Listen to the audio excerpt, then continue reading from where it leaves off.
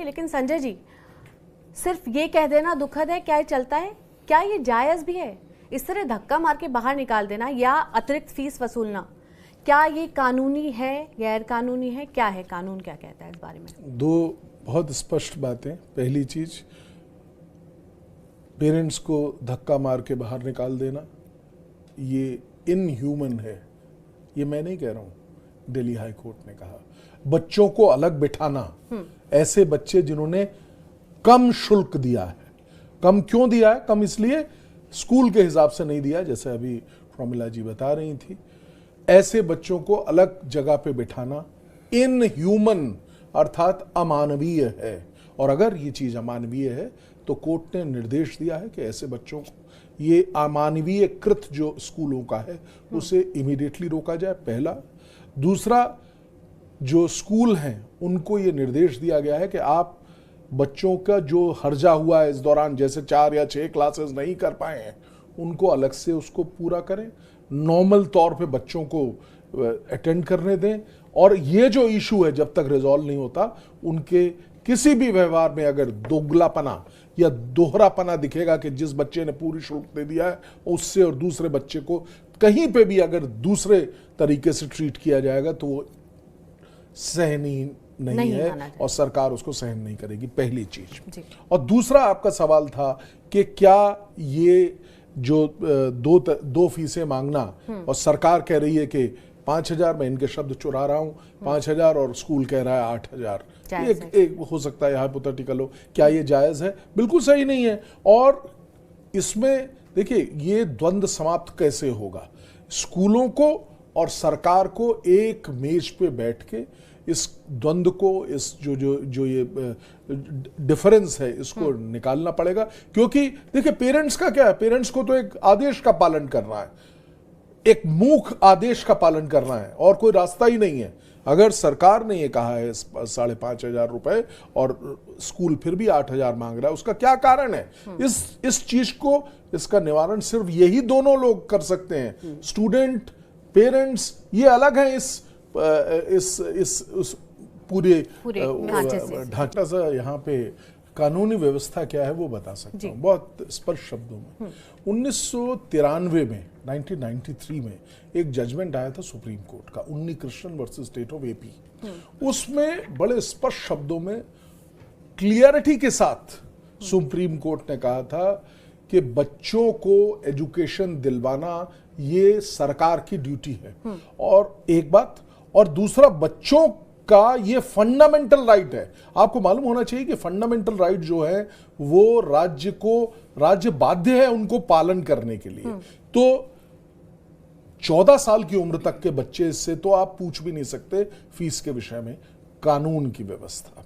अब मेरे को एक और जजमेंट याद आ रहा है, देखिए संजोग की बात है कि ये दिल्ली हाई कोर्ट का जजमेंट है, मॉडर्न स्कूल का केस हुआ करता था एक। उस केस में दिल्ली हाई कोर्ट ने बहुत स्पष्ट शब्दों में कहा था कि हमको ये देखना है कि कहीं जो शिक्षा है इस देश में, इस दिल्ली प्रदेश के संदर्भ में था, लेकिन मैं देश के परिप्रेक्ष्य में भी कह सकता हूं कि कहीं ये कॉमर्शियलाइजेशन की तरफ तो हम लोग नहीं बढ़ रहे हैं, सबसे बड़ा मुद्दा। और अगर ऐसा है तो उस कॉमर्शियलाइजेशन को रोकना होगा। बल्कि यहां तक इसी जजमेंट में मुझे याद पड़ रहा है कि कोर्ट ने यह भी कहा था कि सरकारों को फंड बनाना चाहिए, एक डेवलपमेंट फंड। अगर किसी स्कूल के पास कोई खामी है तो सरकार पैसा देके उसको पैरेलल लाए। तमाम स्कूलों में जो भागा दौड़ी लगी हुई है कि मुझे एक्स स्कूल में जाना और मुझे वाई स्कूल में ही जाना है, वो उसमें थमनी चाहिए वो। तो इसलिए ये 2-3 जजमेंट जो हैं जो ये कानून की व्यवस्था को बताते हैं। और हमारा अदरवाइज ऑल्सो आप सब जानते हैं कि हमारा देश जो है वो, हम एक वेलफेयर स्टेट हैं। बड़ा कष्ट होता है बताते हुए कि हम उस बिंदुओं से जो सामाजिक व्यवस्थाएं हैं उनसे परे जा रहे हैं। ये बहुत बड़ा सवाल है, लेकिन मैं शुरुआत अपनी इस जवाब की करना चाहूंगा, क्या हमारा कॉन्स्टिट्यूशन, कानूनी जो चीजें हैं वो क्या चाहती हैं? हमारे जो देश के निर्माता थे उन्होंने क्या चाहा था, जिस परिपाटी को लेके आज हमारी जुडिशरी भी आगे बढ़ रही है। हम लोगों ने सदैव कभी भी ये नहीं चाहा कि कॉमर्शलाइजेशन हो और ये तमाम चीजें, ये कानून की व्यवस्था ये है। अब उनमें इस तरह की चीजें निकल के आ रही हैं, जैसा अभी हमने, ऐसी परिस्थिति में ऐसी चीजें भी बाहर निकल के आ रही हैं। देखिए 2-3 चीजें बहुत अहम हैं। अभी जो आज की सरकार है, उन्होंने सारे स्कूलों के ऑडिट रिपोर्ट्स मंगाए हैं। आप स्तब्ध रह जाएंगे, 1660 जब हम स्कूल बात है। कर रहे हैं दिल्ली सरकार के, आशीष सूद जी का जो एजुकेशन मिनिस्टर, उनका मैसेज ये आया है कि सरकार के 100 दिन पूरे हो गए, ये 100 दिन सेवा के दिन हैं, संकल्प के हैं और दिल्ली के सुनहरे भविष्य के हैं। कि विश्वास के 100 दिन हैं और इसका पूरा श्रेय दिल्ली की जनता को देना चाहता हूँ। हमारा संकल्प है विकसित दिल्ली, सशक्त दिल्ली। तो 100 दिन का पूरा होने का जो आप कह रहे हैं, उन्होंने ऑडिट मांगा है, वो अपना खुद का रिपोर्ट कार्ड लेके तैयार है। मैं वही बता रहा हूँ, 1670 या 80 स्कूलों से ऑडिट रिपोर्ट मांगी और आप स्तब्ध रह जाएंगे। सिर्फ अभी तक 600 स्कूलों ने ऑडिट रिपोर्ट दी है और वो ऑडिट रिपोर्ट को देखा जा रहा है, उसका अवलोकन किया जा रहा है। मुझे ऐसा लगता है आज जब इन सारे स्कूलों की ऑडिट रिपोर्ट सामने होगी, उससे पता चलेगा क्या आया क्या गया, कौन से व्यवस्था से क्या चल रहा है। क्योंकि एक बात ये भी हमें हमेशा माइंड में रखनी पड़ेगी कि स्कूल पैसा भी यहीं से ही ला रहे हैं और यहीं पे अगर खर्च रहे हैं, नो प्रॉफिट नो लॉस वाली बात। जहां तक जमीनों की बात है, इतनी महंगी जमीन है भाई, वो 100 साल पहले दी हुई जमीनें भी दी हैं। मॉडर्न स्कूल 1932 में मेरा ख्याल है शुरू हुआ, और इस तरीके से बाकी और भी चीजें हैं। कहने का मतलब, या 25 में उनके 100 साल अभी पूरे हुए शायद। मैं सिर्फ और सिर्फ ये बताना चाह रहा हूं, एक ऐसे मॉडल को डेवलप करने की आवश्यकता पहले भी थी, पहले काम हुए। अब आज के परिप्रेक्ष्य में एक ऐसी मॉडल को डेवलप करना है जहां पे एक बैलेंस बन के जो सरकार की नीतियां हैं उनको समावेशित करते हुए प्रत्येक स्कूल में, चाहे वो प्राइवेट स्कूल हो, मॉडर्न स्कूल हो, उच्च कोटि की शिक्षा मिले लोगों, बच्चों को। सिर्फ जैसे कि एक बहुत बड़ा, हम कार्यक्रम की शुरुआत से पहले हम लोग बात कर रहे थे कि मोरालिटी के ऊपर कोई ध्यान नहीं दे रहा है।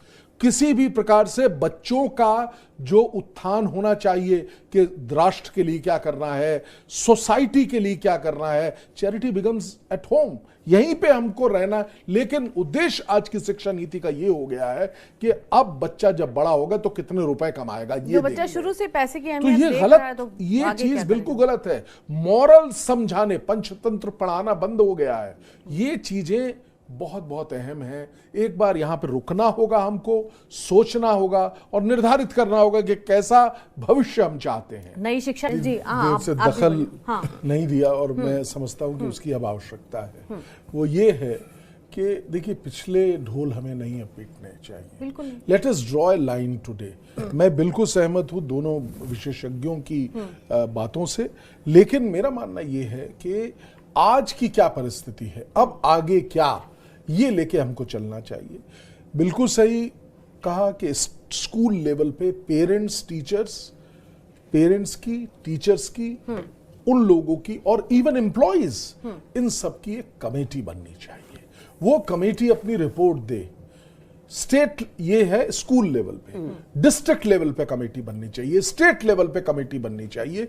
उसके मीटिंग्स हों और वो बताएं कि ये रिक्वायरमेंट है। अगर कोई स्कूल स्विमिंग की व्यवस्था अपने छात्रों के लिए दे रहा है तो वो 10 रुपए ले सकता है। घुड़सवारी की अगर सेवा दे रहा है तो वो 15 रुपए ले सकता है। इसे एक अवलोकन करके, कॉस्ट बेनिफिट एनालिसिस करके आप उसको कर सकते हैं। और ये बहुत ही साधारण है, इसके लिए कोई बहुत बड़ा कोई मिसाइल का प्रोग्राम नहीं चाहिए। एक्चुअली जो इतनी हम सारी बातें इतनी सुन रहे बातें कि ऑडिट नहीं हुआ, अरे भाई ऑडिट अगर नहीं हुआ, 93 का जजमेंट, एक माँ बाप देखिए, कोई अपने बच्चे को पढ़ाना चाहता है, फिर क्या? बिल्कुल बहुत सूक्ष्म में बताता हूं कि जजमेंट ने एक परिपाटी दे दी आपको कि आप कमर्शलाइजेशन नहीं करेंगे, ये फंडामेंटल राइट है, ये है, ये एक बड़ा ब्रॉड स्केल दे दिया। उसके बाद एक्चुअली इंप्लीमेंटेशन तो स्कूलों को और सरकार को करना।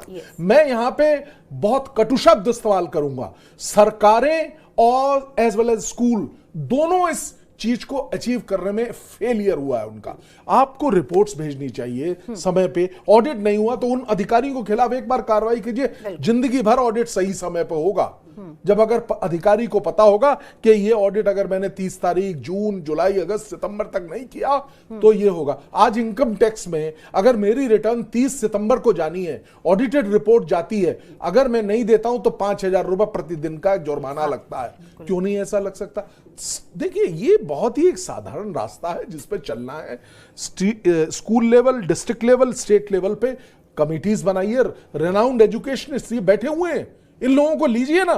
पेरेंट्स बैठे हुए हैं, इनको लीजिए, इनके एक्सपीरियंसेस है। क्या मजबूत पॉलिसी बन सकती है। और तो और आपको कोविड का वो वक्त अपराजिता जी याद होगा जब कहा गया था फीस बढ़ेगी नहीं, और वो कुछ स्कूलों ने वो फीस वापस की थी। तो उस वापस देने की भी सूचना केवल जो पेरेंट्स हक की लड़ाई लड़ रहे थे उनको मेल में प्राप्त हो गई और उन्होंने क्लेम कर लिया, इसलिए वो फीस उनको वापस मिल गई।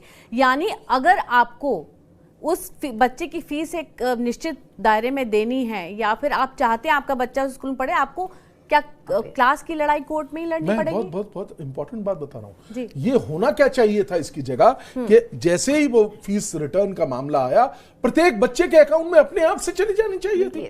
अपने आप से, अगर मैं हूं कि मैंने फीस दी है, अगली वाली मेरी फीस लेनी नहीं चाहिए उनको। इस तरह का कुछ होना चाहिए। और अगर नहीं हुआ तो वो पैसा स्कूल के पास नहीं रहना चाहिए, एक फंड में चला जाना चाहिए।